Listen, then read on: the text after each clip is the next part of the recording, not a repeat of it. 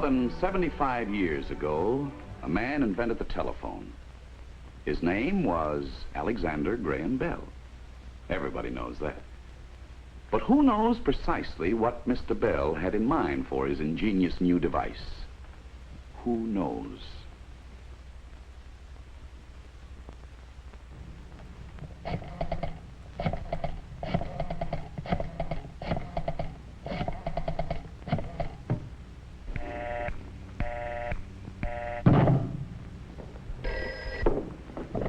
Homicide. Donegan speaking. Yeah? Be right over. At the tone, the time will be 5 exactly.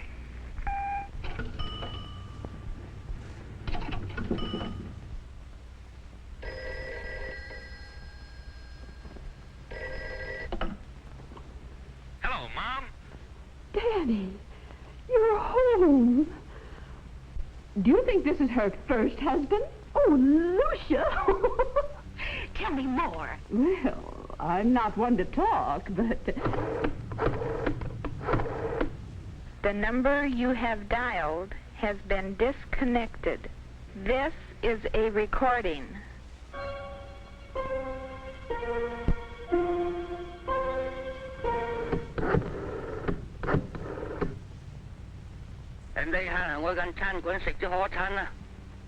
Besides, there's more in life than boys. Oh, I must read you a note I got from Herbie. It'll only take a few minutes. Yes, Daddy. I'll call you later.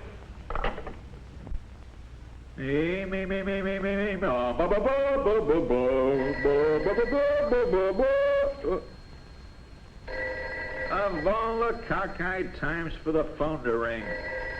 All right, I'll be there. I'm coming.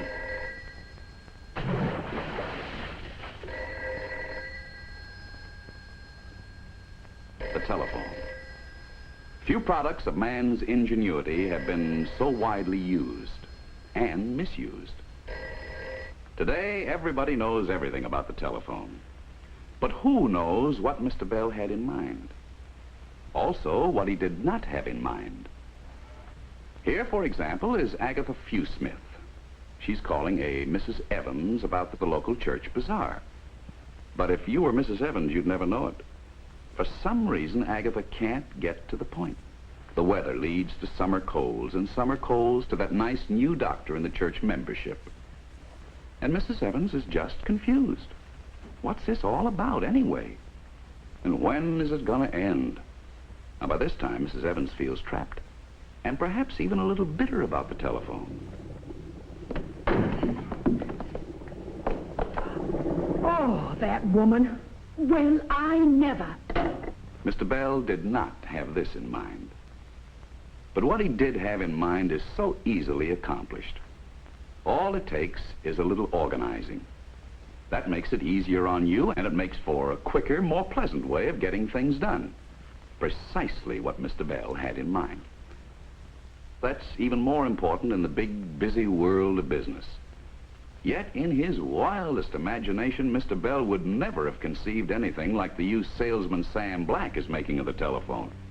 That's just one important feature, Mr. Reynolds. Now, let's talk about the powertrain. That's right, powertrain. That's the engine, the transmission, the rear axle.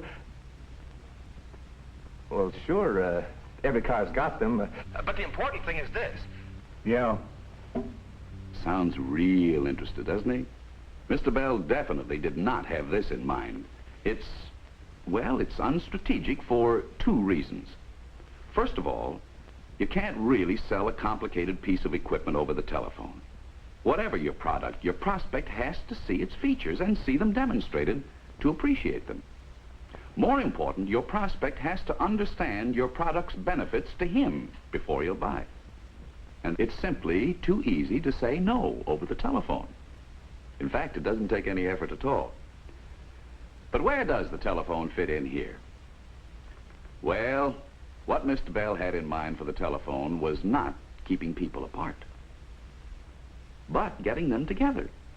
using the telephones to establish an opportunity to do a good selling job, or to bring your prospect into the right selling atmosphere. But here's another example of something Mr. Bell would frown on. This energetic young man is Pete Wilson. And believe it or not, he's fairly intelligent, too. He's an air conditioner salesman, and he shrewdly figured out a sales plan. There must be a tremendous concentrated market for air conditioners. All he has to do is cover that market like a blanket. Mr. Bell would approve the determination, but he did not have such a pedestrian approach in mind. Pete has completely overlooked the whole point of Mr. Bell's invention. With time-saving telephone calls, our young salesman can quickly determine his air conditioner market. Who is a potential prospect and who is not. And Pete's ready to concentrate his selling time and energy on real prospects. That's when the telephone can really be an extra sales tool to help any salesman create selling opportunities. For instance, with his telephone and an owner list, a service file, or a registration list, depending on his field, a good salesman can literally ring hundreds of prospect bells right from his own office. And, of course, using the telephone strategically like this is just what Mr. Bell had in mind. Yet, even when the telephone is used strategically, unfortunate things happen that Mr. Bell did not have in mind. For example... Hello. Mr. Carson, this is Wally Smith, Dependable Life Insurance Company. With that new home of yours, I'm sure you'll want dependable insurance protection. Not with you, brother. Another brush off for Wally. And it's really not the telephone's fault. Sure, anyone can see that Wally's actually a nice, friendly guy. But he doesn't sound that way over the telephone.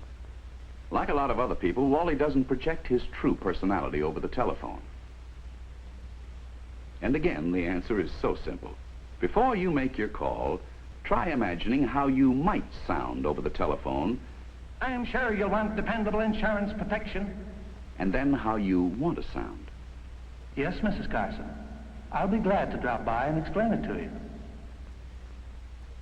So, whoever you are, before you make that next call, think a moment. Remember how Agatha ambles on, and make sure you organize your call, even writing down the things you want to talk about before you make the call. Remember, too, that you can't sell a complicated idea or product over the phone. So use the telephone strategically to arrange your selling opportunities. And remember how valuable the telephone can be as a time and work saver when it's also used strategically to create new selling opportunities quickly and easily. And most important of all, remember how easy it is to give the wrong impression over the telephone. So imagine how you might sound to yourself. The chances are your true personality will go out over the telephone just as Mr. Bell had in mind. For he was not only an inventive man, but a man of great vision. And even though his first telephone message was sent quite by accident...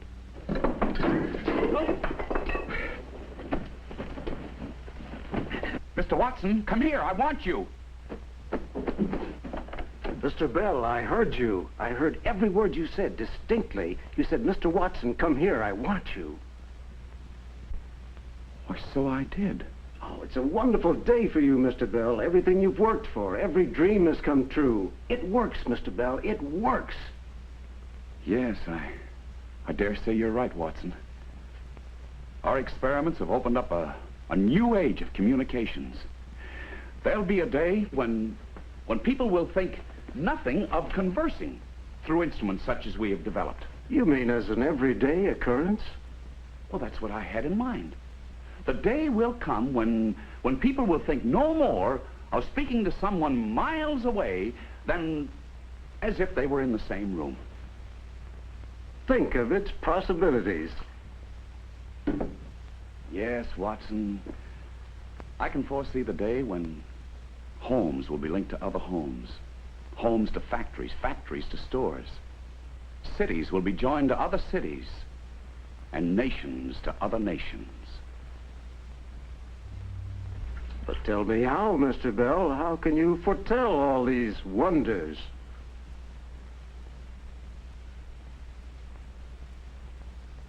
Well, now, really, who would know better than I? Any resemblance between Alexander Graham Bell and Don Ameche was strictly intentional.